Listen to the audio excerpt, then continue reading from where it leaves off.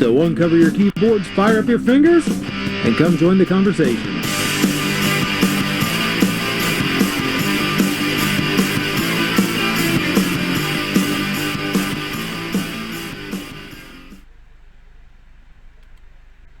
Hey everybody, I'm Mike, this is Budget Guns and Gear Reviews, and you are watching The Right of the People. This is not Friday night at 11:30 p.m., however. This is, in fact, Monday, the 26th of August, 2019, at, 7:02 p.m.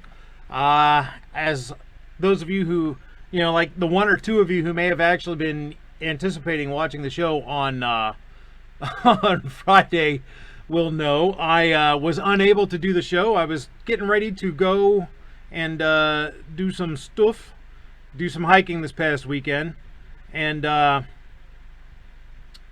getting ready to go do some hiking this past weekend, and I went with my little brother, and just got back yesterday, so I figured I would go ahead and do a makeup version of The Right of the People today, because I didn't want to go a whole week without fighting for our rights, right?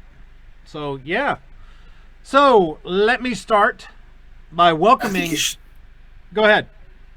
I think you should do it this time every week, because nobody's doing anything this time. Yes, that would be wonderful, but I'm normally at work right now. That does hinder it when it does. Yes, that hinders it completely. That's why I no longer do my Friday night at 7 p.m. I had to switch to 11:30. So, yeah. So, let me go ahead, and since he already said hello, let's say hello back. Night Strike, how you doing, sir? I'm doing good. Check out Indiegogo for GunTube, igg.me/@/GunTube. There you go, folks. Check it out so we can more easily facilitate these live streams, with, Hangouts is eventually going to go away, period. So that's what I'm using right now to facilitate the panel discussion. It would sure be awesome if I could use the chamber instead of Hangouts, right? So it would be nice. It would be nice. So let me go to the one, the only, the kingpin himself, David Bowling. How are you, sir? I'm good, man. Thanks for having me. You are always welcome, sir. And roll call 219. How are you doing today, sir? Hi. That's it, just hi. Hi. Well, you are welcome here anytime, sir. Glad that you can make it. Over there on the Facebook side, I want to say hello to Keith and North. How you doing? Let's see, Chris Richards, David Rutter, Stevie Switzer, Jason Spoon, Mark Hodge, Ellis Hatfield. Glad that all you guys are watching. Jason, I need to start sending you an invite to this. I think you'd like this. Jason, shoot him one right now. He's got an email. Yeah, you do. Let me see if I can. Jason, you interested in hopping on? I will see if you're. Let me see. Are you in my Gmail contacts? Because if you are, I will shoot you an invite right now. Let me see. Oh, there you are. Hey, Jason, check your email, brother. Get you on here, man. For those that don't know, Jason is the operator of my local gun shop, who also has a YouTube channel, Spoon's CCW. So his stuff's really worth checking out. I just sent him an email right now. Let's see. Also, my daughter Morgan is watching. Hello, dear. Here on the YouTube side, we have, let's see, let me go back, scroll back here. We got, why is that source not working? Let me right-click that, get that going. So I want to show my YouTube comments here. YouTube live chat viewer. Yeah, it should be working. Why is it not working? Why is there no earth-shattering kaboom? Let me just remove the source. Shall not be infringed? Well, hey, technical difficulties as always, right? I mean, well, no. This is isn't hit or miss Tuesday nights 9 o'clock. No, this is the right of the people, where we use the first to have technical difficulties. to support the suck it. Yep. See, you could look at it like it's difficult technologically. That's not really a word, but what would fix all that would be the gun chamber. So everybody should go over to the Indiegogo campaign and donate to that, because the Indiegogo campaign will bring us the gun tube chamber, which is far superior. We're at 51% right now. We are halfway to our goal. So. No, I don't want the Facebook.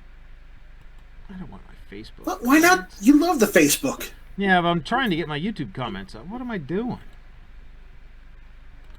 Again, amateur hour at its, I would say at its finest, but, well, we all know that it isn't fine at all. YouTube widgets. There we go. My live chat viewer for the YouTube. And it's you. So. Yeah.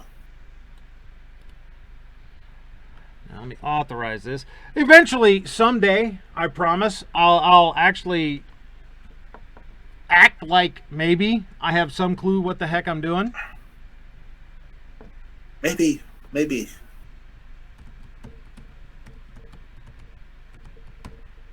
Until then, everyone can check out the real show on the Night Strike 1 channel on YouTube every Tuesday nights, 9 o'clock Eastern.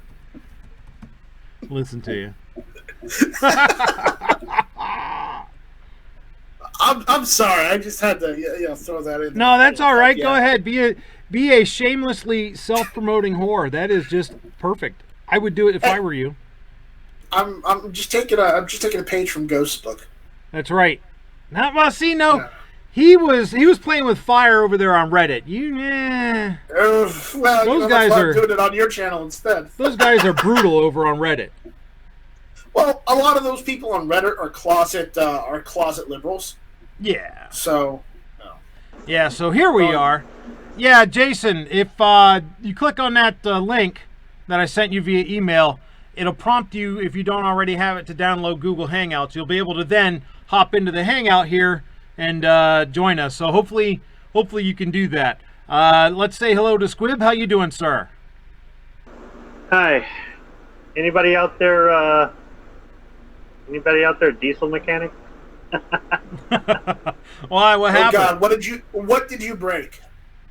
Don't know yet. Just over here being irascible as usual. That's right. The irascible yet lovable squib load. Let's see. Where are we else here? What we gotta do? Oh, there we go. Okay. Let's see. Over on the Facebook side, we got Ruth Power, Bob Roberts, and Adam McAllister joining us. Here on YouTube's, we got Jason Stewart, Seven Wonders, Midnight Range, Gunpowder Beauty, hello, Gun Loving Grandpa, Calaveras 32 Special, Green Badger Outdoors, Snob's Wife, Rob D, NY Outcasts, Night Strike pulling double duty here.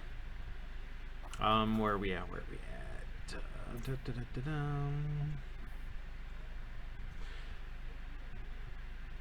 Andrew Faulkner, Travis T. Hello, Morgan. She's over here on the YouTube side as well. Patriot in the Dark. Hello, everybody. Glad to see you. So, thanks for coming and watching this special Makeup Monday edition of The Right of the People. We got a few things to talk about tonight. Really, I mean, there's a whole lot we can talk about in the Second Amendment community right now, but what I want to focus on, for those that don't know, I'm going to be attending and speaking at the Americans Against Red Flag Law rally in Columbus on the 7th. And, so that's kind of where my focus is this week, is red flag laws. We don't need them. We already have the mechanism in place to detect these crimes before they happen and do something about it to prevent it. And there's some examples that I have for you. Let me take a drink of my nice cool beverage. So, this is a piece by CNN. This is from Monday, August 19th, 2019 by Dankin Andone, Harmeet Kaur, and Madeline Holcomb from CNN. There could have been 3 more mass shootings if these men weren't stopped, authorities say. Authorities this weekend announced they had foiled 3 potential mass shootings after arresting 3 men in different states who expressed interest in or threatened to carry them out. All 3 cases were brought to authorities' attention thanks to tips from the public. Here's what we know about them. Calaveras 32 Special says he's thinking about running a betting pool with this show, betting on a number of tech issues. Hey, put me down for 4. Let's see. Police say he had the motivation and the ammunition. In Connecticut, 22-year-old Brandon Wagshall was arrested after authorities said he had expressed interest in committing a mass shooting on Facebook, according to a statement from the FBI and the Norwalk Police Department. He faces 4 charges of illegal possession of large-capacity magazines and is being held on a $250,000 bond. He's scheduled to appear in court September 6th. According to the statement, authorities received a tip that Wagshall was trying to buy large-capacity rifle magazines from out of state. As the FBI and the Norwalk Police Department were investigating the tip, they discovered Wagshall was trying to build his own rifle and had allegedly posted on Facebook about his interest in committing a mass shooting, the statement said. Authorities did not provide details on what the post said. Authorities executed a search warrant at his home and found multiple weapons, including a handgun, a rifle scope with a laser, numerous rounds of ammunition, body armor, a ballistic helmet, and other tactical gear, police said. Some of the weapons were registered to Wagshall's father, but he had access to them, authorities said. CNN has reached out to the prosecutor and defense attorney. The next fellow they're talking about, says he allegedly told his ex a good 100 kills would be nice. Tristan Scott Wicks of Daytona Beach, Florida, was arrested in a Winn-Dixie parking lot on Friday after he sent his ex-girlfriend a series of disturbing texts in which he allegedly threatened to commit a mass shooting, the Volusia County Sheriff's Office said. The ex-girlfriend alerted authorities. For those that don't know, Winn-Dixie is a grocery store chain in the South. In the messages, the 25-year-old said he wanted to open fire on a large crowd of people, the sheriff's office said in a news release. A good 100 kills would be nice, one message allegedly read. Wicks also said he already had a location in mind, according to the sheriff's office. A school is a weak target. I'd be more likely to open fire on a large crowd of people from over 3 miles away. I want to break a world record for longest confirmed kill ever, another message read, according to the sheriff's office. Wicks wrote that he wanted to die and have fun doing it, authorities said. Volusia County Sheriff Michael Chitwood said on CNN Sunday that authorities had recovered a .22 caliber hunting rifle and 400 rounds of ammo in Wicks' apartment. Well, he was really being really ambitious there to try to shoot somebody from that range with a .22, wasn't he? Wicks had initially told investigators he did not own any firearms, but that he was fascinated with mass shootings, the sheriff's office said. Wicks was being held without bond Sunday at the Volusia County Branch Jail. CNN could not immediately determine Sunday whether Wicks had an attorney. He's accused of threatening a Jewish community center. And in Ohio, 20-year-old James Patrick Reardon was arrested for allegedly threatening to carry out a shooting at a Youngstown Jewish community center. An Instagram account belonging to Reardon shared a video that showed a man firing a gun. New Middletown Police Chief Vincent DeGadio? I'm sorry for butchering that. The post, which was shown to an officer out on an unrelated call, tagged the Jewish Community Center at Youngstown, DeGadio said. It's unclear whether the man shooting the gun was Reardon or someone else. Andy Lipkin, the executive vice president of the Youngstown Area Jewish Federation, said the post was accompanied by a caption that read, "Police identified the Youngstown Jewish family community shooter as local white nationalist Seamus O'Riordan," Seamus being a Gaelic version of Reardon's name. The rest of the Instagram account contained anti-Semitic comments, white nationalist content, and images of Reardon or someone else shooting guns. A search warrant was executed and authorities found a cache of weapons and ammunition. Reardon was arrested without incident and booked into the Mahoney County Jail on Saturday on one count of telecommunications harassment and one count of aggravated menacing, according to online jail records.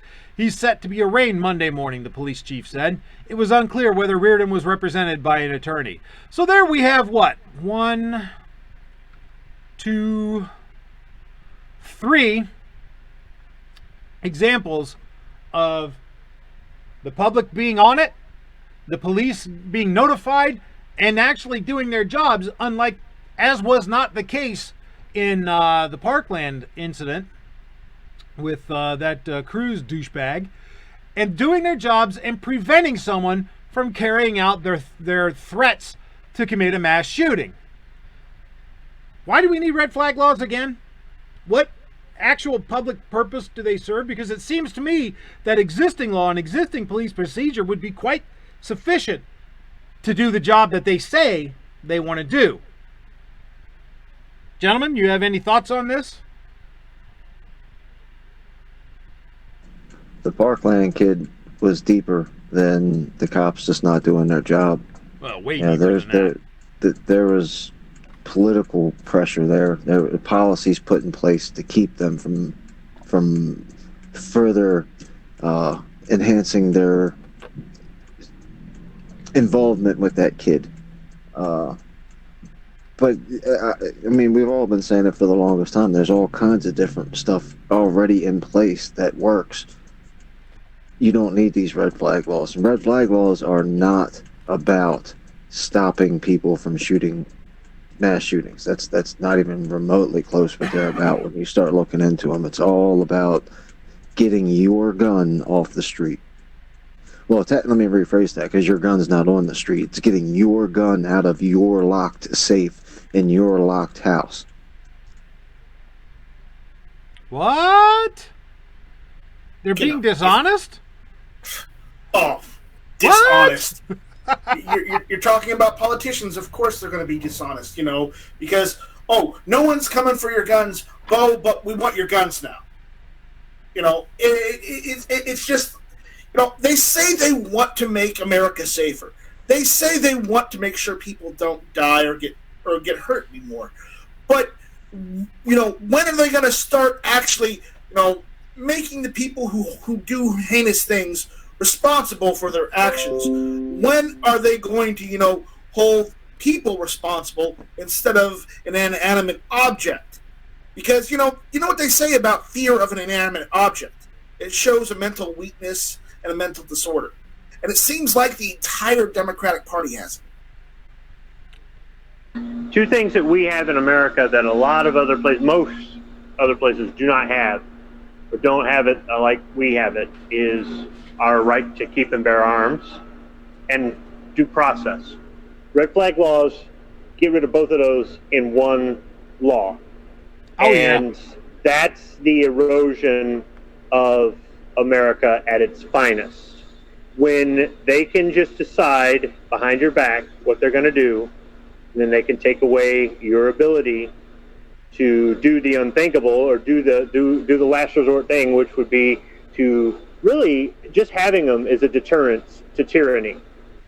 Actually having to use them, it probably will never happen. But if it did, we have the means, method, and opportunity, like you said, to do it, which we should, which we're granted.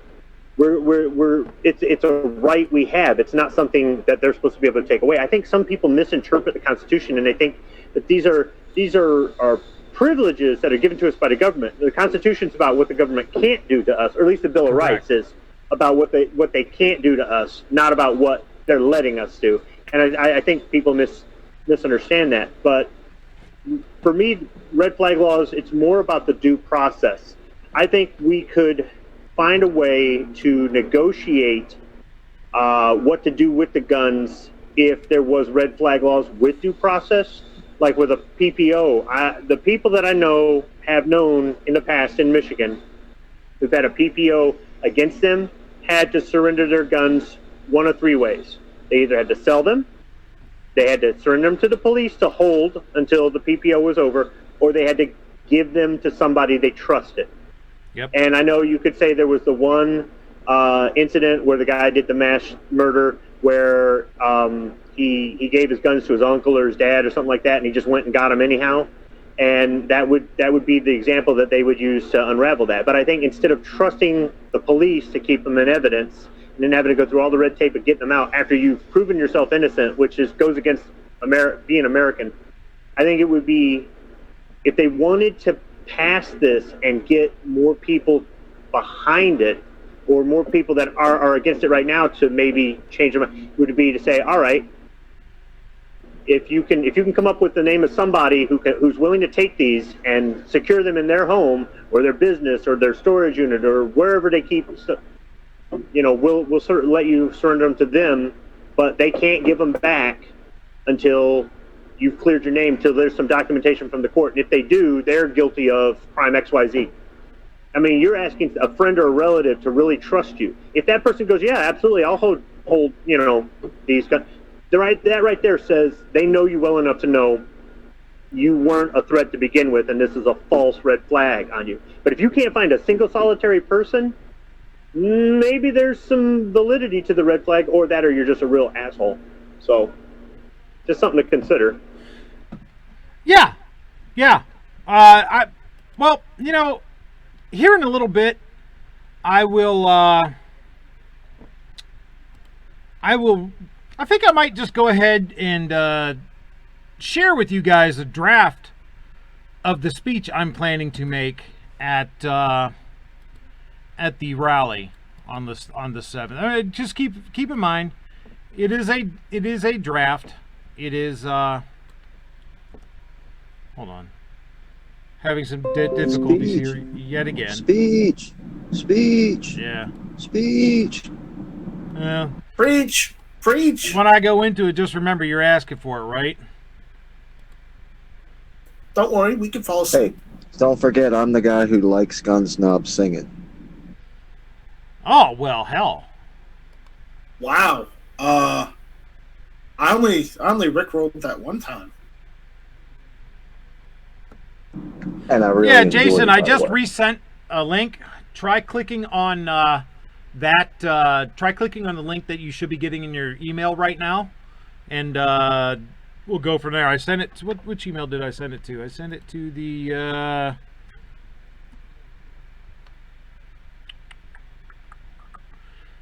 the Spoons email at Gmail. So go ahead and check that one, and you should get a link there.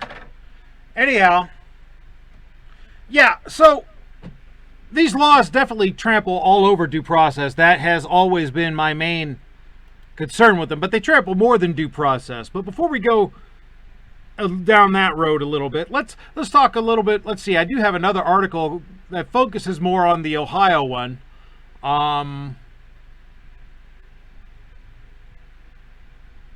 Let's see, this is from the Buckeye Firearms Association from August 16th. Law enforcement action against man who made internet threat proves strength of existing laws. Despite claims that new laws are needed to stop potential active killer attacks, law enforcement authorities proved last week that existing law is well up to the task when properly utilized. From the Cleveland Plain Dealer, police in Mahoney County made a quick arrest of a man charged with making online threats against federal law enforcement agents because they feared he would commit a mass shooting, records show. A search warrant affidavit from Boardman Township Police Detective William Woods, dated August 6th, referred to 18-year-old Justin Olson's posts on social media platform as obviously terroristic. Actually, this is a different one. This is a different guy. Good. So this is yet another case, a fourth case, showing the unnecessary nature of these red flag laws, and the second one from Ohio. Let's see, 18-year-old Justin Olson's post on the social media platform as obviously terroristic and said authorities were trying to act fast in light of the mass shootings in Dayton and El Paso in the same week. Those factors, along with a concern that Olson had access to a significant cache of guns, caused police to treat the threat as a serious one, Police Chief Todd Worth said. By August 7th, Olson was in custody on state charges. Based on the obviously terroristic related rhetoric from Army of Christ, I believe that Justin Olson is planning a terrorist attack in the United States, Woods wrote. The article explains that Olson used the handle Army of Christ as his moniker on social media. There, he told fellow users that he supported mass shootings and attacks on Planned Parenthood, according to an affidavit written by FBI agent Themistocles Sarnas. He's obviously Greek. Themistocles Sarnas. The threats included in a June 2nd discussion about the Branch Davidians in Waco, Texas, officials say. In 1993, cult leader David Koresh and many of his followers were killed following a standoff and raid by state and federal law enforcement. Olson wrote, in conclusion, shoot every federal agent in sight, according to the affidavit. Olson also posted statements such as don't comply with gun laws, stock up on stuff they could ban. In fact, go out of your way to break these laws. They're effing stupid, the affidavit says. He also wrote, hell, even the Oklahoma City bombing shows that armed resistance is a viable method of political change. There is no legal solution, according to the affidavit. According to the article, the FBI seized 25 guns and 10,000 rounds of ammunition from the house where Olson lived. Those are rookie numbers. And the suspect is now in the custody of the U.S. Marshals Service, being held on federal charges.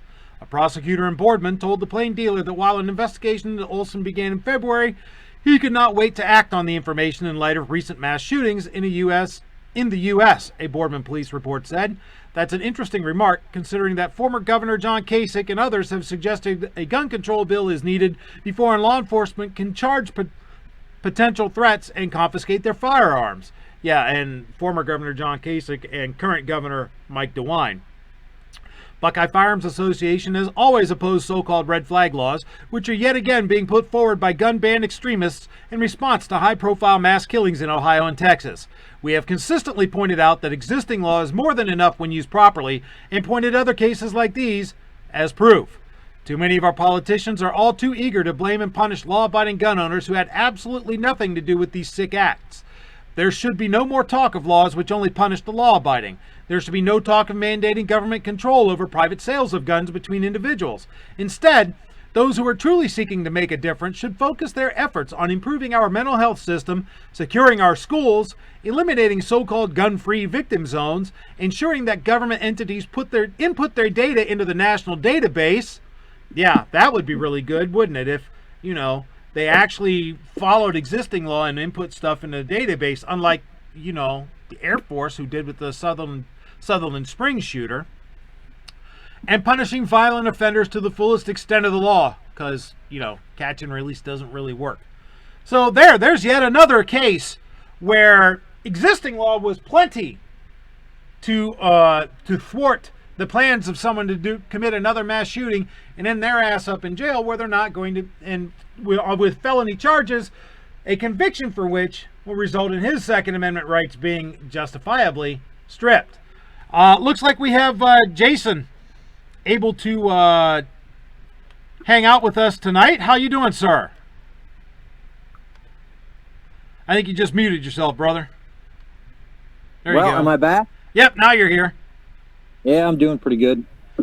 So those of you out there who don't know who Jason is, please, Jason, introduce yourself. Jason from Spoon CCW. I run a training center and gun shop in little old Minerva, Ohio, right down the street from Mike. Like, if I threw it really hard, I might be able to hit the shop with a rock. Probably. I wouldn't recommend that, that would get you in trouble. Yeah, if you've ever got broken windows, you know whose house to go to. Yeah, well, the whole front of our shop's glass, so we know who it was. So here on YouTube, what's your YouTube channel? Plug that. Spoon CCW. Pretty easy. The spelling's a little goofy. It's SPHONS.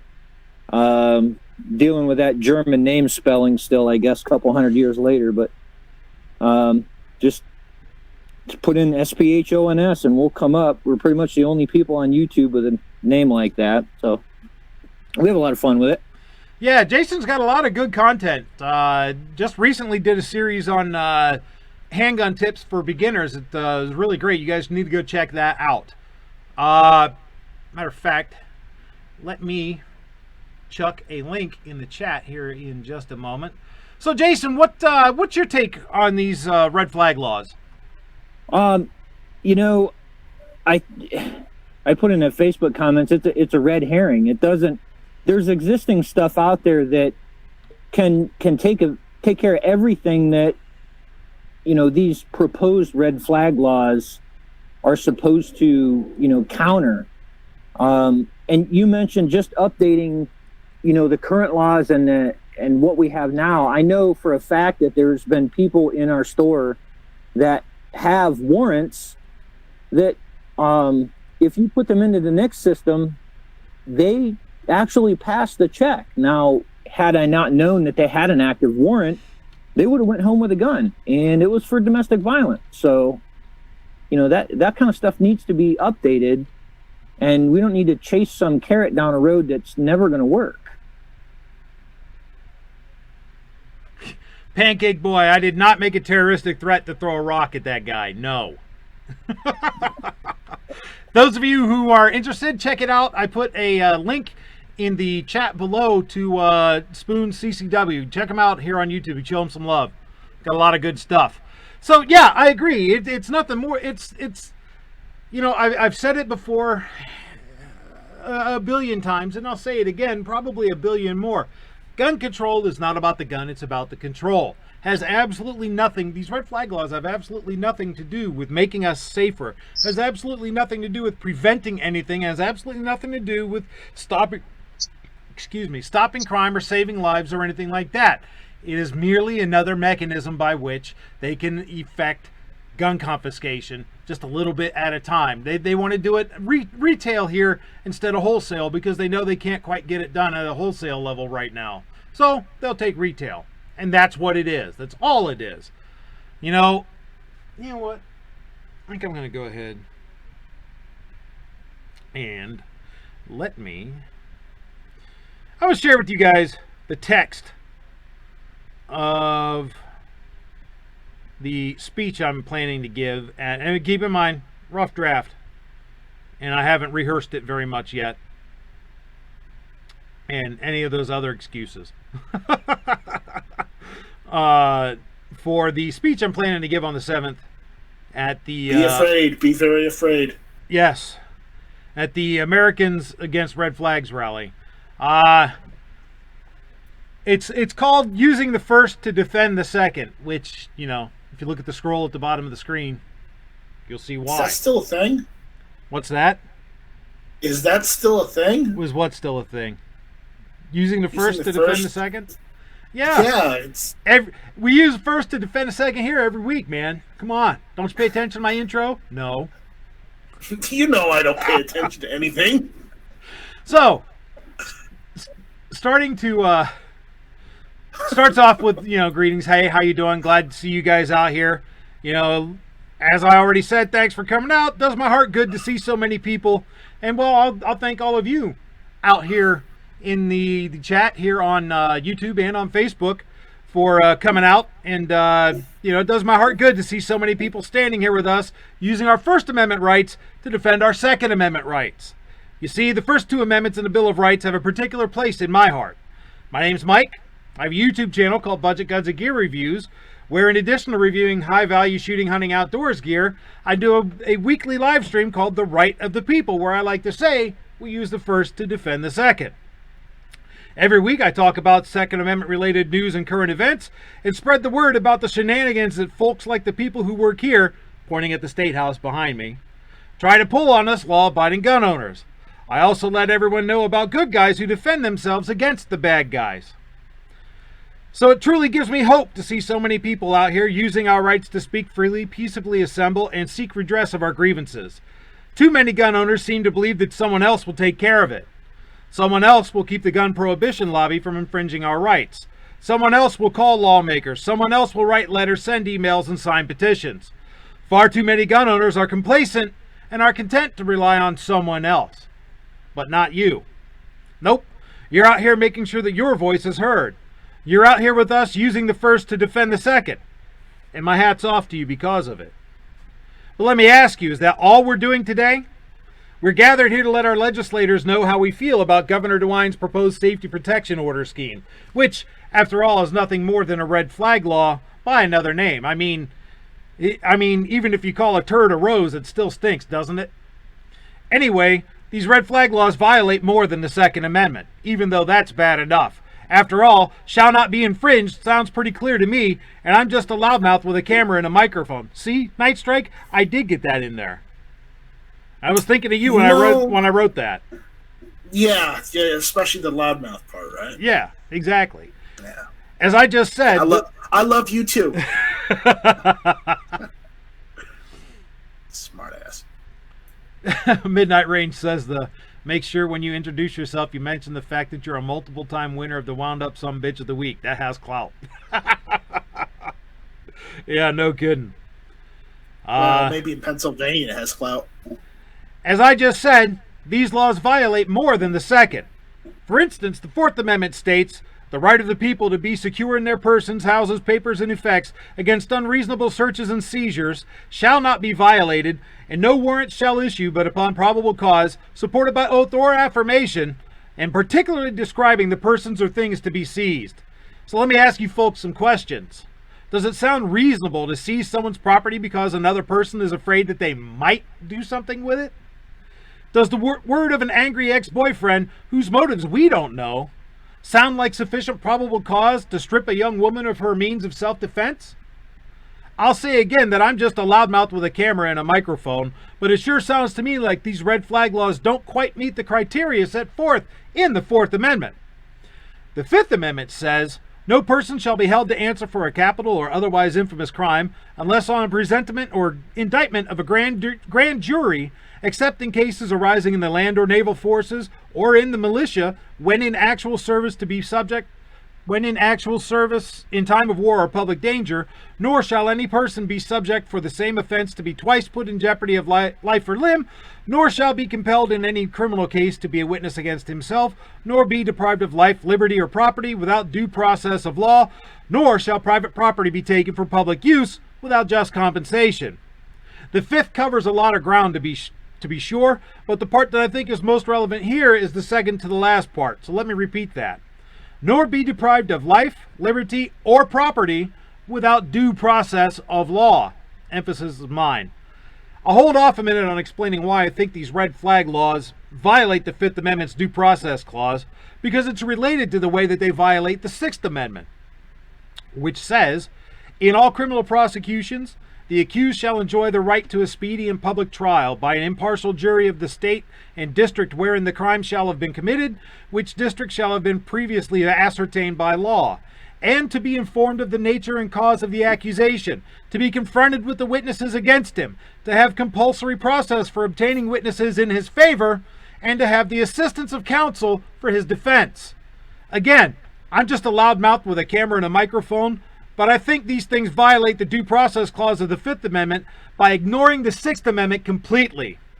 You see, these red flag proceedings take place on an ex parte basis, which means that one party is not there.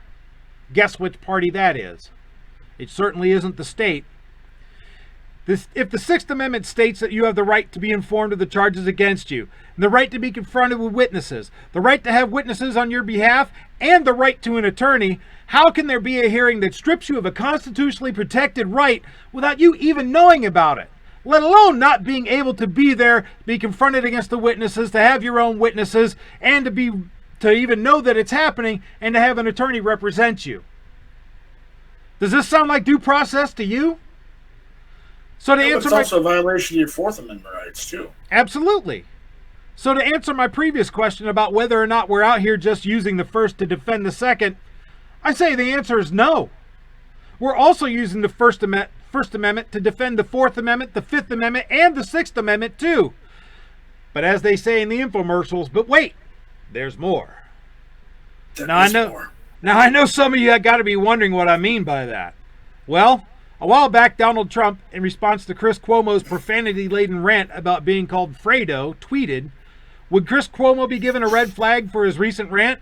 Filthy language and a total loss of control. He shouldn't be allowed to have any weapon. He's nuts. I don't like Cuomo very much, but the guy had a right to be mad. He had a right to come back at the person who insulted him. Is somebody going off on a rant about something that they were angry about enough to strip them of a constitutionally protected right? I don't know about you, but I don't think so. Let me rephrase the argument by asking another question. How many of us here have posted "come and take it" or "I will not comply" on social media, or "shall not be infringed"? I'm sure just about everybody out here on this panel has said that stuff at one point or another. Everybody out there in the chat listening has said this at one point or another. And I'm sure just the vast majority of the people who will be gathered in Columbus will have said that at one point or another as well. Curse you and your logic. You know, Trump's tweet, whether it was meant tongue-in-cheek or not, shows how your speech could potentially be used against you. After all, don't you think that there's someone out there who'd feel threatened by "come and take it," "I will not comply," and "shall not be infringed"? Don't you think that there's somebody out there who will think that, we might do something over that? After all, these red flag laws are all about what we might do, aren't they? They're not about what we've done. They're about what we might do, what we could do, what someone thinks we might do. It sure seems that way, since they take innocent until proven guilty and switch it around to guilty until proven innocent. And not only do they do that, they place the burden of proof not on the state where it belongs. They place it on the individual to prove that you're not going to do something. How do you prove that you're not going to do something? I don't know that you can prove a negative. But that's what these laws ask you to do. Because once you have the red flag proceedings and they come at 4 a.m. and beat on your door, shoot your dog, possibly even shoot you if you're that fella in Maryland, and take your guns, then you go to court to try to prove that no, what they already think you might do, you won't do. So I guess we're using the first to defend the first, second, fourth, fifth, and sixth, if you think about it. And I say that's a good thing, and I think that you guys believe so too, since you're all here. You get that sitting around while somebody else defends your rights just isn't going to cut it anymore. And even more importantly, you understand something that those who are sitting around just fail to grasp. You are somebody. So I'm going to encourage you to keep being somebody, and paraphrase what I say at the end of my live stream every Friday night. In these dangerous times, tell your Congress critters and elected representatives what you think about these red flag laws. Use the telephone, telegraph, email, snail mail, bicycle messengers, carrier pigeons, smoke signals, semaphore, heliograph, and make sure that your voice is heard, and never, ever, ever give up the fight. Anyhow, that's the speech, and I think it really ties all of this garbage that we're talking about here tonight together. I think it lays out the case for how these red flag laws just eviscerate the Constitution. I couldn't help making comments during the pauses. No, that's okay. I'm sure there'll be a lot of people saying something, and that's all right. Yeah. I can think on my feet, man. Huh. You're a better man than I. Well, duh. Hey, you're not supposed to agree with me there. Oh, well, shit, dude. Don't give me such low-hanging fruit. I won't pluck it. It's not my fault it hangs low and to the right. Oh. Now. PG-13.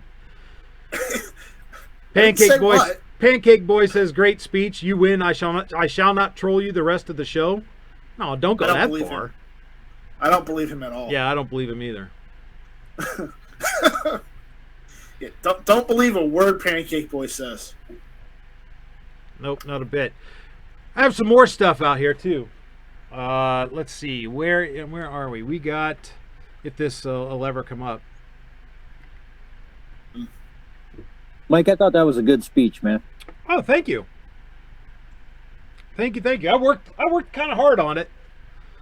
I need to practice it a lot more. Because I don't really want to sit there and read it. I wouldn't mind. I don't know that I'll memorize it, but I at least want to get the gist down so I can say it without reading it and just look at my notes. I mean, that you brought up some pretty awesome points in there. I mean, you mentioned that guy in Maryland, that police come and shot his dog and shot him.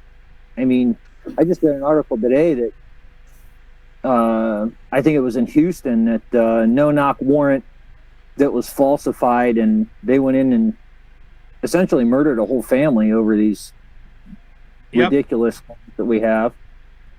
Yeah, that was the drug raid, wasn't it? Yeah, they said something about a falsified heroin drug raid, but I mean, how far do these things go? I don't know how your social media accounts are, but mine are constantly flagged and canceled and taken down, and it's only a matter of time before somebody says, hey, the police need to go check this guy out. So far I haven't had anything flagged or striked or I've never been put in Facebook jail. I don't know. I'm sure that's about to change, but I've never had that happen. I don't know how. We seem to like take a constant beating over that kind of stuff. I mean, it was just last week they canceled our ads account, and now I can't put anything on my business page from my personal page. I had to start another alternate account to be able to do that. Wow. Yeah, now my computer is my desktop is where I have all my stuff. I'm running the show off my laptop, but I have my the articles and stuff pulled up on my desktop, and that's like freezing on me. So yay, wonderful. This is going to be a little bit difficult. Hopefully it doesn't die. But hey, if you guys want to help Budget get a new desktop, buy some patches. I got these wonderful Budget Guns and Gear Reviews patches. Some of you out there already have them. My patrons, where can we buy these patches? Well, you can send a they are $10 each or 2 for $17. You can send the money to me on what the hell? Why is no? We need to get you a website. I do have a website. I just don't have the PayPal button up yet. I'm planning to put a PayPal button on my website. But anyhow, you can PayPal me at budgetgunsandgear@gmail.com. Just make sure you put a notation in there that it's for patches. Here in the next few days, hopefully, I'm going to put a page on my website, budgetgunsandgear.com, that'll have the ability to just hit the PayPal button. You can use credit, debit card, whatever, to buy 1 or 2 or 10 if you want them. So, yeah. Okay, let me... Nope, that is not... Well, that'll be that doggone... Whoop! Ooh, crap. That article died. So, yeah. Unfortunately, here in Ohio, we are fighting an uphill battle. So I'll just move on to the next one. We are fighting an uphill battle. We know that we have gun control proposal coming from our governor. We know that we have this ballot initiative for universal so-called background checks going. They're in the petition process for that right now, trying to get enough signatures to get it on the ballot. So we have an uphill battle going. Well, it's even more uphill than we think, because this is another piece from the Buckeye Firearms Association. This is from Chad Bouse on August 20th. Ohio legislators admit to predetermining votes on gun control legislation they've never read. Persons on both sides of the debate over President Obama's so-called Affordable Care Act are likely never to forget Speaker of the House Nancy Pelosi's infamous advice to Congress. We have to pass the bill so that you can find out what is in it. Apparently, many Ohio legislators are ready to take a page from Pelosi, having told Ohio newspapers that how they plan to vote on legislation they've never read, because it hasn't been written yet. From the Cincinnati Enquirer, every member of the Ohio legislature was contacted this week by reporters at the Akron Beacon Journal, Canton Repository. That was a bit of a split there. Akron Beacon Journal, Canton Repository, Cincinnati Enquirer, Columbus Dispatch, Dayton Daily News, and Toledo Blade. Lawmakers were asked whether they support DeWine's red flag proposal and what they think is the most critical action the legislature can take to reduce mass shootings. The poll received responses from 62 of 99 House members and 27 of 33 Senate members. All but one Democrat said they supported DeWine's proposal. Among Republicans, 9 said yes, though some said more tweaks are necessary, and 40 were either unsure or wanted to know more specifics about the legislation before weighing in. Buckeye Firearms Association board member Sean Maloney has pointed out that persons calling for red flag laws are doing so as a knee-jerk reaction to tragic situations without first understanding that Ohio law already provides much more effective tools, as we have already seen in the previously mentioned articles, 2 of which, again, were from Ohio. It seems that in too many cases, not only do legislators not understand current law, but they're willing to predetermine their vote on a bill that doesn't even exist yet. Learn how your legislators responded to this survey. Click here, and then let me open this in a new tab-a-rooney, and I will drop that link. If you're an Ohioan, I will drop that link in the chat here on the YouTube side. So come on, if you're on Facebook watching this, come on over, join the chat on YouTube, and you'll be able to get this link so that you can find out how your representative answered this survey. As soon as I can get it to copy here and then paste it. I already know how mine answered it, so don't worry about it. Well, yours isn't in Ohio. Oh, that's right. Yeah.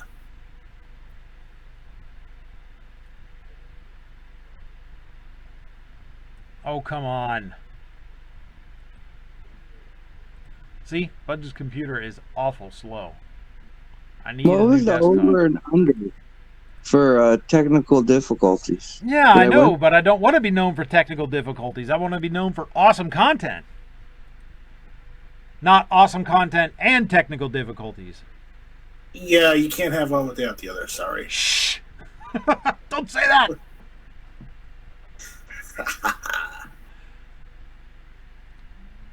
Come on, doggone it. There we go. No.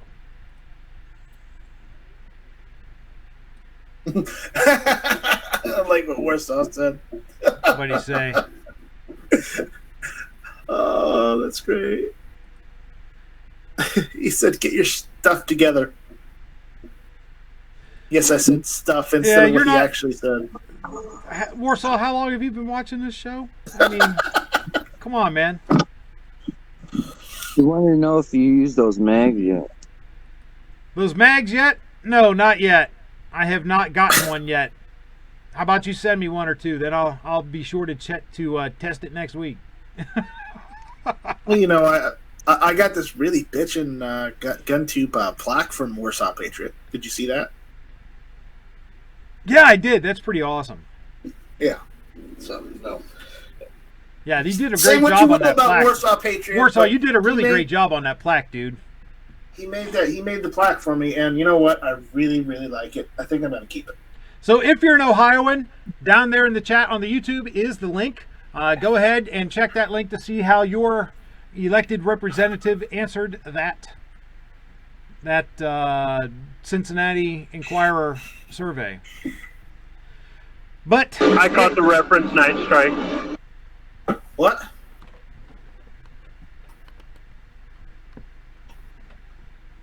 so, What is? but what not is it? only do we have to worry about this from at the state level here in Ohio, and we all know in certain other states we really have to worry about it.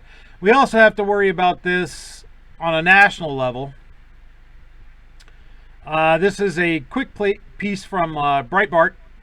Democratic Representative Krishnamurthy. Red flag laws could be part of a package. Universal background checks have to be essential component. On Monday's broadcast of MSNBC's NTP Daily, Representative Raja Krishnamurthy, Democrat, Illinois, surprise, surprise, stated that a red flag law could be part of a bill package, but an essential component would have to be these universal background checks because, criminals go through background checks to get their guns. Oh, wait, didn't almost every mass shooter in recent history get theirs via background checks? Well, either that or they shot their mom in the face and stole her guns. Background checks seem like a real worthwhile thing to be pushing, but I digress. Host Steve Kornacki asked, is a red flag law a no-go unless the Senate does something on background checks? Krishnamurthy answered, I think the red flag law could be a component of a package of bills, but I think that an essential component would have to be these universal background checks. And this is substantial, and it needs to be done now. People, I know that you guys have heard this before. Background checks are just a stepping stone. They are not where they're going. They're not the destination. They're just kind of a waypoint on the GPS route to the gun control that they really want. Because when these universal background checks get passed and they discover that, wow, holy cow, criminals are still getting guns. Well, how are they still getting guns? Well, people are selling them illegally. They're ignoring these background checks.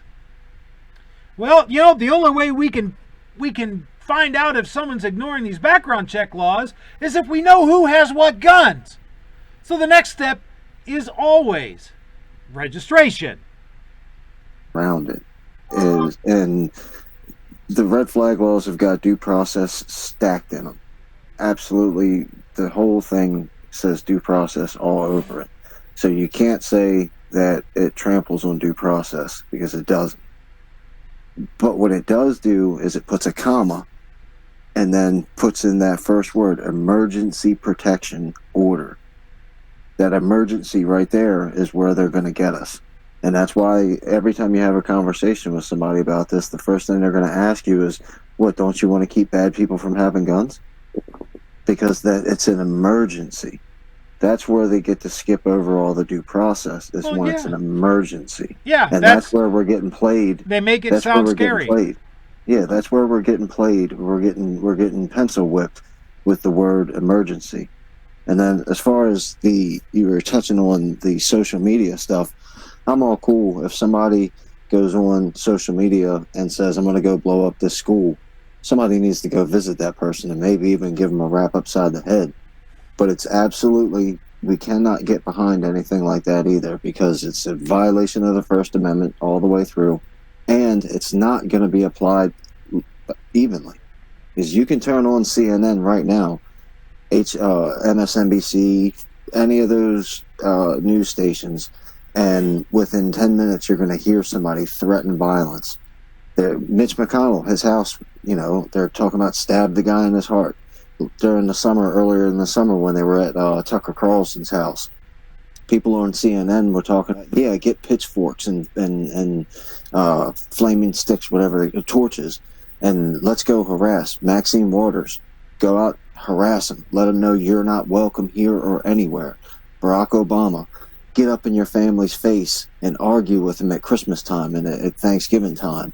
All these kinds of things. None of these people are going to be held accountable for this. Only we are going to be held accountable for this. So if we say, we agree, you can't let people say bad things on the internet, all you're doing is sealing your own fate. But there's a difference between free speech and advocating and threatening violence. That's already illegal. It's already illegal to threaten violence. It's already illegal to incite others to violence. The problem is that they're not enforcing it selectively. Depending upon who you are, they're also not enforcing it in selective cities either. Exactly. That's what I wanted to clarify. Selective cities. I agree with you. Say the Northwest. I was about to say, in selective cities, they don't enforce it against actual violence. Look at the crap Antifa gets away with in Portland. Totally. And I just so it's clear, I agree with you completely. I definitely want, if somebody's talking about blowing up something on the internet, I want them to be visited, but I want it to be divvied out equally. So when Don Lemon gets on TV and says that all white men are terrorists and you have to be afraid of white men, somebody should visit him and find out what he's really thinking. As far as I'm concerned, that's hate speech. Well, that's what I mean. If it's going to be applied, let's apply it everywhere. Yep. And that's not going to happen. The left will be completely protected from it.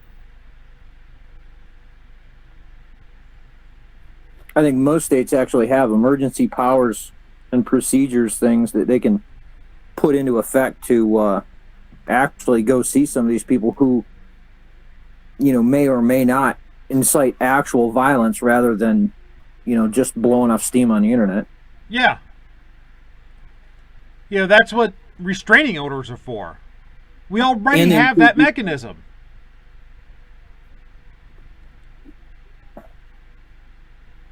I would like to know, anybody who follows John Lott, he put out an article earlier this year about the number of guns that were sold individually through private sales, and he come up with like 3%. What I'd like to know is some of these subhuman pieces of trash that walk into a elementary school and open fire, how many of those actually got their firearms through a private sale? I would bet it's very low. It is very low. The vast majority of these mass killers have gotten their firearms legally from an FFL have undergone the NICS check, have filled out the 4473, and jumped through all the hoops, crossed all the T's, and dotted all the I's, and still killed people. The most burning example, the one who didn't, was the guy at Sandy Hook who shot his mom in the face with a .22 and then stole her AR to go carry out his atrocity. Yeah, and I think if you look back through it, that it doesn't matter any of these guys that we're looking at, there was plenty of signals. Friends and family members should have stepped up and said, hey, there's something wrong with this individual. We need to, kind of control the situation and not allow access to that. Personal responsibility, I guess, needs to go a little farther these days. Yep. Absolutely right. But unfortunately, they're not really interested in accountability. That's the thing. The whole all gun control is a smokescreen. It's the matador in the bullfight waving that red cape so that the bull pays attention to the red cape. That's what gun control is. What you're not seeing is the sword that the matador has behind the red cape, so that when they charge at that red cape, they get the sword thrust in the side. That's what the gun control is. It's the distraction. It's look here, so that you can't see the sword thrust to the heart. That's what it is. That's all it's ever been. Gun control is not about the gun. It's about the control. I am a firm believer in that. Doggone it. I hate these. I gotta go back to, so I used to do all this with a Word document. I'd copy all the articles and paste it into Word and do all that, but I haven't been doing that, and I gotta go back to it, because this is just horrible.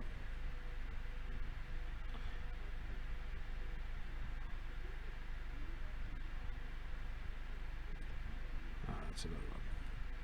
All right. So we also have to worry about, not only do we have to worry about the Dems doing this, we also have to worry about Republicans doing this as well, because it's not a a left-right thing anymore. It's not a Democrat-Republican thing anymore.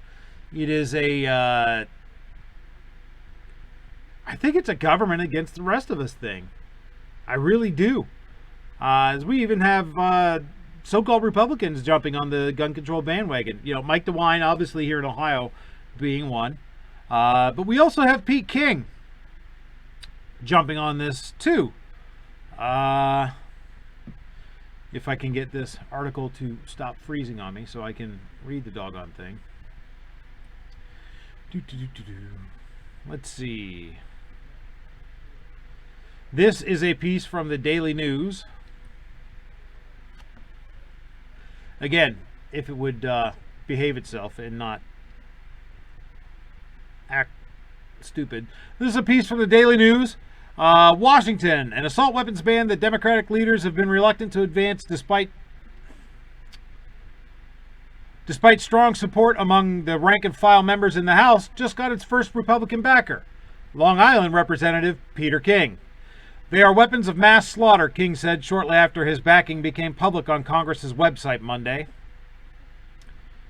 Oh, come on. You know what? Let me go to Plan B. Let me go here on my phone. Sorry, people. This is just annoying as all get out.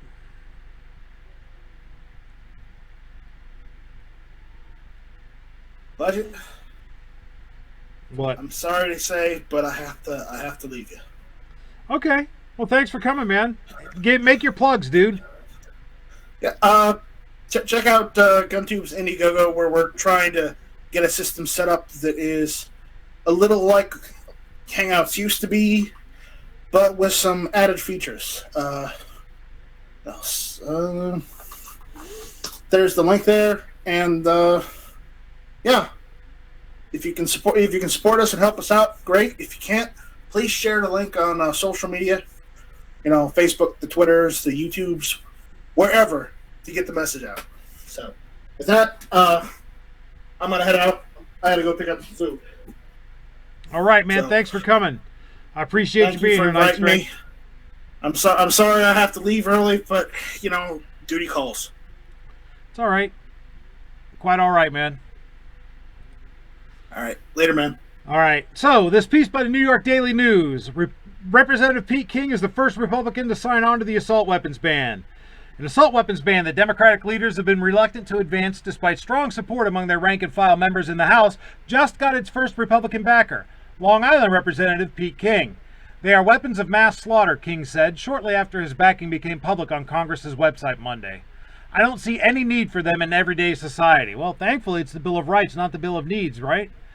The assault weapons ban of 2019 was rolled out in February by Representative David Cicilline, Democrat, Rhode Island, with 190 other Democrats on board. An additional 11 lawmakers signed on after mass shootings in El Paso, Texas, and Dayton left dozens of people dead and many more injured, with King being among the most recent. King had been the lead sponsor of a bill improving background checks when Republicans controlled the House, and was already one of a handful of Republicans backing that bill now.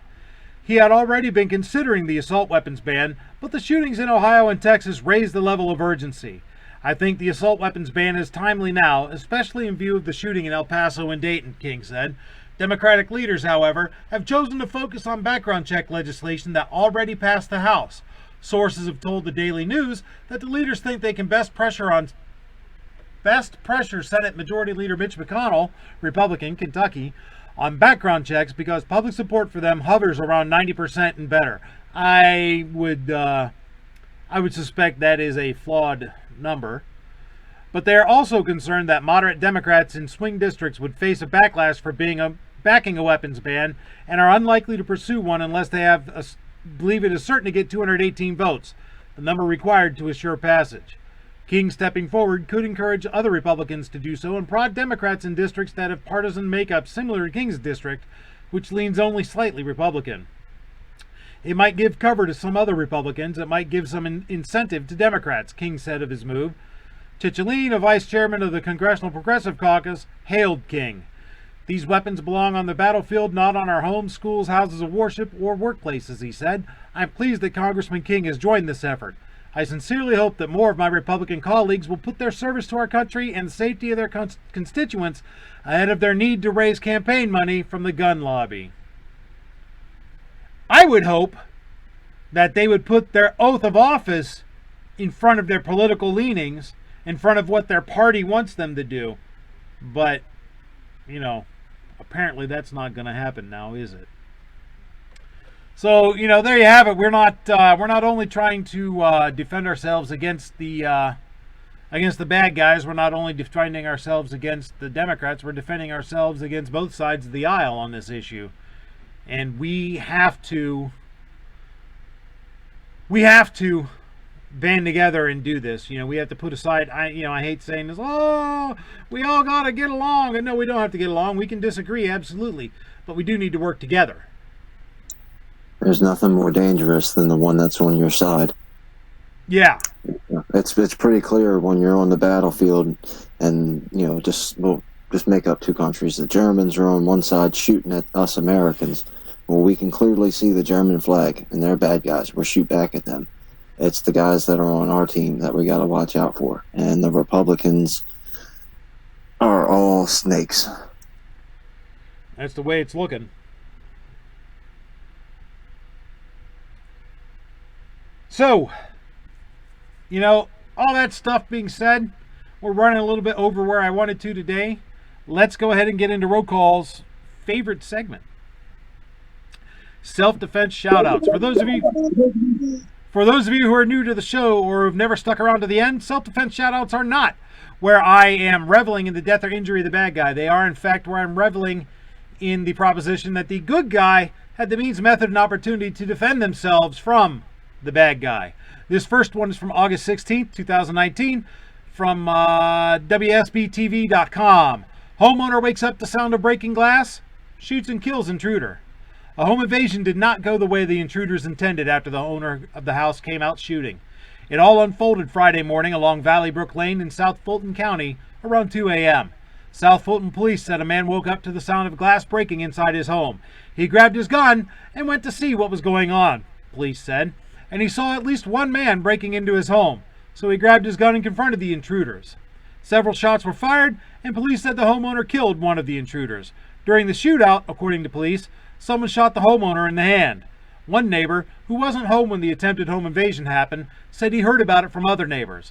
I was just shocked because it's a quiet neighborhood. That's really the only reaction I had, said neighbor William Harris. While police are still trying to figure out what the suspects were looking for in the home, Channel 2 Action News saw investigators taking several pictures of the Porsche and BMW in the garage. We also saw narcotics investigators searching the house. From what I heard, they're trying to find out if it was random or somebody targeted him, and they can't find that out unless they search, said another neighbor. Police said they're still trying to figure out if the homeowner will face any charges for shooting and killing one of the intruders. Well, hopefully not. Play stupid games, win stupid prizes, as I always say.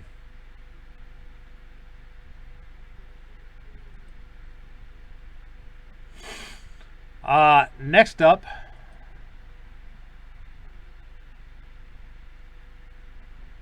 this is from, where's this from?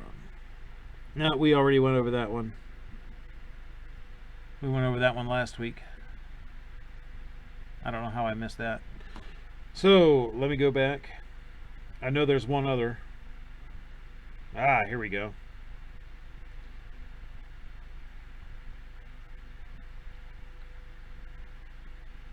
This is a piece from USA Today by Nadia Yancey Bragg.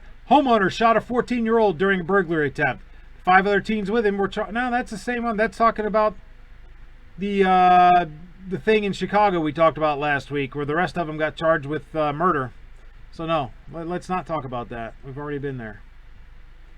I don't know how that got into this week's feed. Let's see. I know there's one more. It's actually kind of funny. Comes from Texas, of all places. Go figure, right? Here we go. This is one from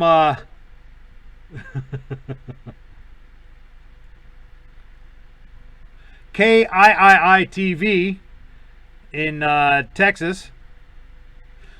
This is from, when is this from? August 21st. Said, cowboy store clerk ties up robbery suspect. Employee said he is a cowboy from West Texas, so he grabbed some rope and tied up the suspect. From Dallas, a 7-Eleven employee fought off an armed robbery suspect by tying him up Tuesday night in Central Oak Cliff. The police responded to a report of an armed robbery shortly after 11 p.m. at the store in the 1100 block of West Kiest Boulevard near South Polk Street. Officers said the suspect tried to rob the store and attempted to stab the employee with a screwdriver. A fight between the suspect and the convenience store clerk ensued, but the clerk happened to be a cowboy. He grabbed a rope and tied up the suspect until police arrived. The employee said he's a cowboy from West Texas. Police said the suspect was tied up so tightly that they had to use a knife to cut the suspect loose.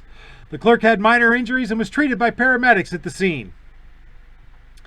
So, there he defended himself against that bad guy with a gun. While he wasn't necessarily using a gun himself, he did what he had to do and exercised his right to defend himself. That's awesome. Oh, And yeah. there's nowhere in that story did it say that the good guy was kicking the bad guy in the face while he was tied up. No. That's strange. That's really strange that the good guy subdues the bad guy to the necessary means, then stops. That's I know. strange how that It's works. funny how that works, isn't it? Counterintuitive to the narrative that keeps getting thrown out there, isn't it? Yep. I mean, you would think that, he would hog tie him and then just put the boot to him. But, he used that force which was necessary to stop the man's attack and nothing more. And last but not least, from August 26th, from today, Fox23.com. Police say Quick Trip security guard shoots man in self-defense after nearly being hit with a didgeridoo. Tulsa, Oklahoma. Where is it? It's just a quick. What is a didgeridoo? A didgeridoo? It is a Australian Aboriginal musical instrument. That one that kind of like gives that droning sound. That's a didgeridoo. Let's see. Tulsa, Oklahoma. Quick facts. Tulsa police responded to a shooting call on Sunday just after 1 a.m. at the Quick Trip located at 1443 South Denver Avenue. Police say that a security guard claims he shot a man in self-defense after that man swung a didgeridoo, or a large wooden club, at him. TPD says that the security guard saw a fight start outside the QT and then proceeded outside. Witnesses at the scene say the man also had a knife. Officers found James Middlestat lying on the ground near the QT with a gunshot wound in his groin area. Police interviewed the security guard downtown and found that his story matched up with surveillance video. Police discovered 2 cartridge casings in the parking lot and the large wooden didgeridoo. So there you go. He took a didgeridoo to a gunfight and lost. Well, good for him. You know, as I always say, play stupid games, win stupid prizes, and that is pretty much the ultimate in stupid games right there. We had like a backhanded shout out, self-defense shout out around here. I can't remember if it was in Frederick County or not, but it made the news on one of the more popular radio stations around here, and they talked about it, you know, every day in the, you know, little lead up, you know, to the news and all that kind of stuff. Mm-hmm. The problem that I have with it is they kept saying it's a rare thing to hear about, but somebody defended themselves with their gun. And I was thinking that's only rare because you won't cover it. Yeah, well, exactly. It's not rare in and of itself. It's just rare that you hear about it. So they weren't actually lying. You know, they were telling the truth, kinda. It's just rare that they mention it. Which is why I do this every week. It's why I started the self-defense shout-outs portion, because you know, I want everybody to be able to hear the word. That being said, let's go ahead and start wrapping this up. Let's roll up the sidewalks and fold down the awnings. Want to thank everybody out there in the chat, both on YouTube and on Facebook.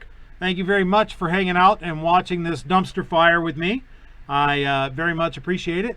I also appreciate everybody here, you know, on the panel. Thanks again to Night Strike for being here. He had to bounce out early. Go check out GunTube. Is it .org or .com? Anyhow, .org. GunTube.org. That is a pro Second Amendment video sharing platform. You know, give him some support. He's right now got an Indiegogo going on to try to get some more server space so that he can host a streaming service to replace what YouTube did away with their ability to stream from Google Hangouts. So, you know, I'm using Google Hangouts, but I'm going through a third-party software called XSplit.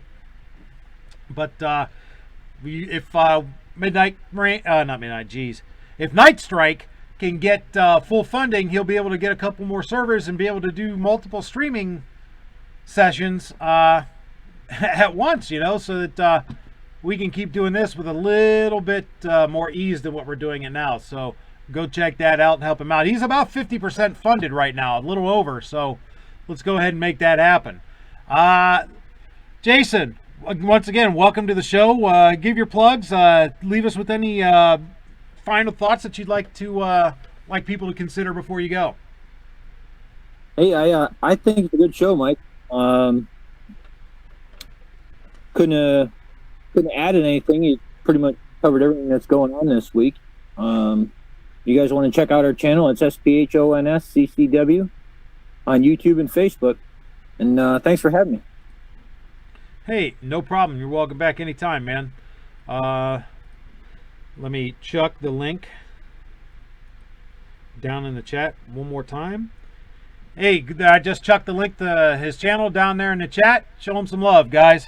Speaking of showing some love, show some love to these other guys that are here week after week. You know, if you're not already a sub for these guys, you need to be for Kingpin, for Squib, and for Roll Call. You know, speaking of which, Kingpin, anything you'd like to leave us with? Any plugs you'd like to make, sir? Yeah, just for the Indiegogo campaign over there with Night Strike, he's a little bit more humble than I am. The gun tube chamber is far superior than StreamYard, and it's superior. I'll be honest, it's superior to Google Hangouts. It's not far superior, but it is, and it blows StreamYard way out of the water. Plus, it'll be our thing. You know, this is something that we can look back on and say, we made this possible. This is our thing. This is for us, by us. So definitely go out there and support that. And thanks for having me. Absolutely right. No problem at all. Roll call 219. Anything you'd like to leave us with, sir? Anything you'd like to plug? Thanks for having me. Great show, as always, Budget. Self-defense shout-outs were great. My favorite part of the show. I will be in Ohio September 7th to help these guys demonstrate that gun laws, like red flag laws, are unconstitutional. So if you are in that Columbus area, you have a chance to meet me, and I will give out great hugs. So thanks again, Budget. Go to my channel, check it out, leave a comment, subscribe, and as always, we'll catch you on the next one. And last but certainly not least, the irascible yet lovable Squibload. Anything you'd like to leave us with, sir? Yeah, thanks for the invite. And for those out there who've never been to one of these rallies, I've gone to rallies in 3 different states now. I've heard some excuses, you know, like, oh, I can't get the time off work. And sometimes that's true. Maybe you don't have enough vacation time, or maybe it's too short of a notice, even though a lot of these rallies are scheduled way in advance. And I can understand, too, if you've got something important going on, I mean, really important going on, you have an emergency, something like that, obviously you can't make it. But then there's some people that they've got time to go hunting, they've got time to go to a concert, but they don't have time to go to a rally, especially when the rally is only 1 county over. I just want you to think about this. Your inaction might make a difference against our side. The more bodies that are out there, the more people that are representing, the more heads they count, the more people they see out there, the more they're going to realize that we are the silent majority. Yep. We are there are a lot more people that think that freedom is important. They just don't speak out. It's time to speak out. You don't have to go up and make a speech. And I've heard some people say they're afraid something will happen. They're afraid they'll get arrested. They're afraid there'll be violence from the protesters, which are mostly non-existent at these things. It's not like that. If you go to one and you're nervous, don't bring a gun. Make sure you check the laws before you go, especially if you're from out of state.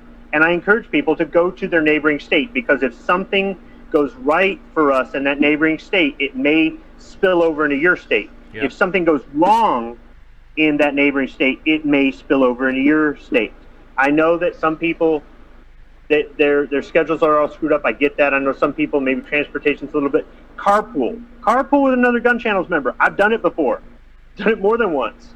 Then you get to, sit there and talk about things while you're driving back and forth. It's not just you in an empty car.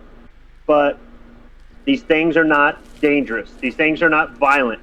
And if you do show up, armed or not, represent. Yep. Dress appropriately. Yep. Don't be out there, acting like the violent person or the clown or the moron or whatever. Don't act like the guy who went to Walmart with the body armor and the AK filming himself. Don't be that guy. Okay. That doesn't mean you can't wear body armor or an AK to one. I've seen people that they do it. They actually do it tastefully. But I'm just saying, if you've never gone to one, if you're on the fence, if you just think about the fact that because you didn't go today, your rights might be stripped tomorrow. It's important to be seen. It's important that they see the numbers. It's important that you get to see that there are other people out there that believe what you believe. Maybe we don't agree on the hot dog sandwich or 9mm versus 45, but we all believe in freedom. And I guarantee when you go, you will not be disappointed. That's right. Absolutely right. I want to do my shameless plug again. Help Budget buy a better computer. Get your very own Budget Guns and Gear Reviews patch. Velcro hook backing, 100% embroidered. Pretty awesome. just shoot me a PayPal at budgetgunsandgear@gmail.com. Very shortly, they'll be up on the website. I'll have a swag store available there where you can get them. You know, get them now while you can. Like to leave you guys by saying, as always, how humbled and amazed I am that anybody decided to spend this time listening to me jabber on meaninglessly about the stuff that's got me angry. I can't believe that you guys cared enough to spend this time unannounced, impromptu, on a Monday night listening to me. So thank you so much. I appreciate it very much. Be sure, if you're in Ohio or can get there at all in Ohio on September 7th, come on down to Columbus to the State House and help us at the Americans Against Red Flag Laws rally. I look forward to seeing as many of you there as can get there. And in these dangerous times, as always, let your Congress critters and elected representatives know what you think. Send them snail mail, email, telephone, telegraph, heliograph, smoke signals, bicycle messengers, carrier pigeons, anything you have to do to let them know what you think, and never, ever, ever give up the fight.